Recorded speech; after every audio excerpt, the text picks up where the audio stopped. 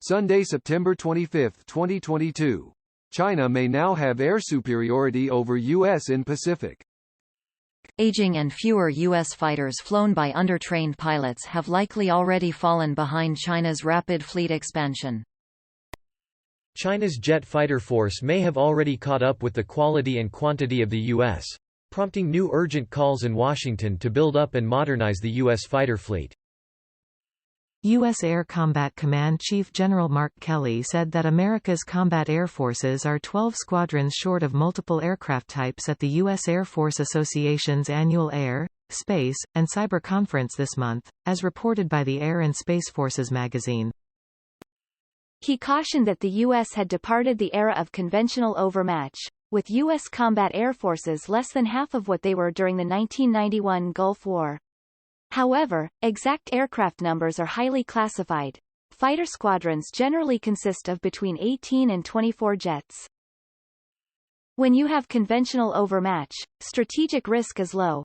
But that's not where we've arrived in terms of conventional deterrence, Kelly said. He noted that while the U.S. Air Force needs 60 fighter squadrons, it has only 48 of those to carry out its missions for homeland defense, overseas contingencies, overseas presence and crisis response. He added that while the U.S. Air Force has 9 A-10 ground attack aircraft squadrons, they lack air-to-air and multi-role combat capability. Kelly said these fighter shortages are most acutely felt in the Pacific, noting that the U.S. needs 13 fighter squadrons in the region but now has only 11. In terms of crisis response forces, he mentions that the U.S. is 5 squadrons short. Apart from squadron shortages, Kelly mentions that only 3 out of 8 squadrons are transitioning to new aircraft, resulting in a fighter force that is smaller, older and less capable. He pointed out that the U.S. fighter fleet is, on average, 28.8 years old compared to 9.7 years in 1991, with readiness levels plummeting as pilots get only 9.7 flight hours a month, compared to 22.3 just before the 1991 Gulf War.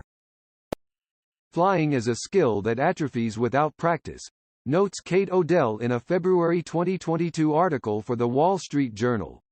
She notes that a fighter pilot needs 200 flight hours a year to stay sharp, with 4 or 3 practice sorties a week to maintain proficiency.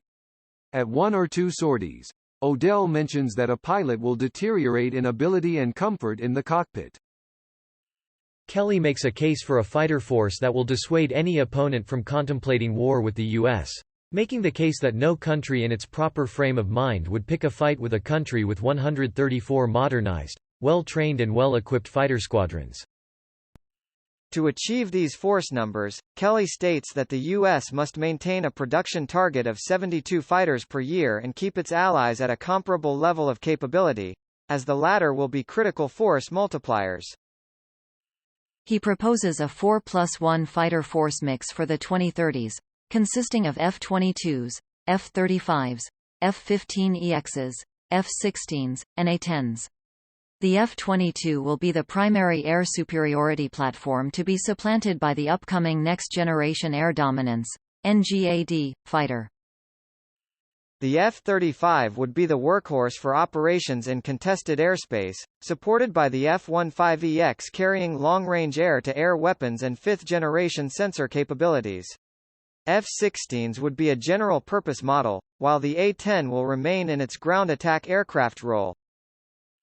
In contrast to the U.S., Xiaobing Li, in the Journal of Indo-Pacific Affairs, notes that China has 1,800 fighters divided into each of its 5 theater commands and organized into 7 to 10 fighter brigades having 3 to 6 fighter groups, with each group having 30 to 50 aircraft.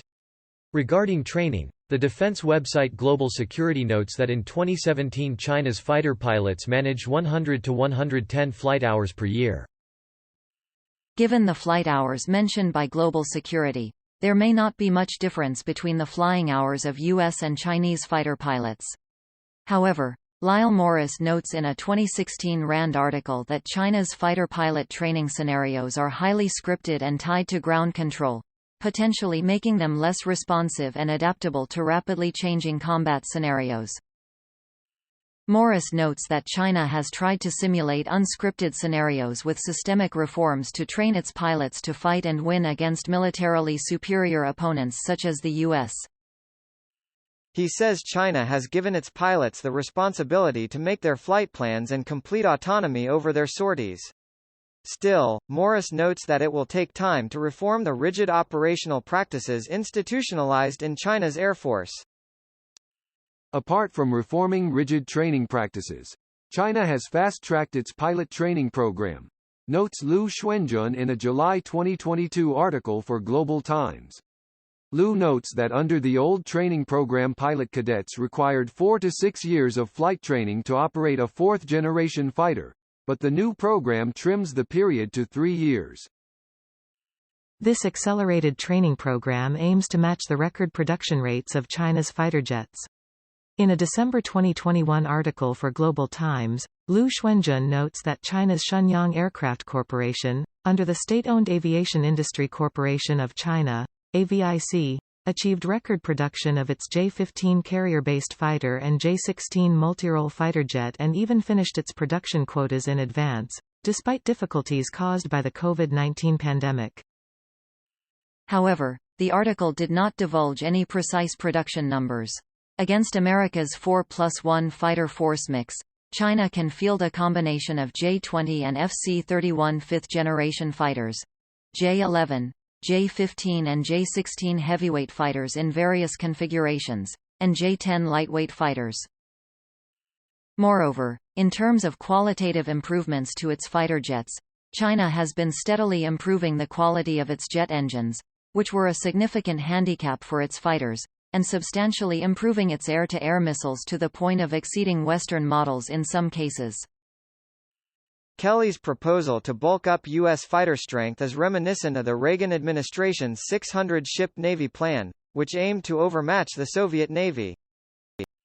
The U.S. accomplished this massive naval shipbuilding program by investing in proven platforms and, at the same time, making critical investments in emerging technologies, notes Joseph Sims in an August 2022 article for the U.S. Naval Institute. While Kelly's mention of tested platforms such as the F-15EX, F-16 and A-10 balanced with newer models such as the F-22 and F-35 may follow this logic, Sims cautions that the U.S. cannot trade quality for quantity, which may give a false sense of actual capability and hence security. He also says that quantity is essential and that there should be an absolute minimum number of combatant units that force levels are not permitted to go below.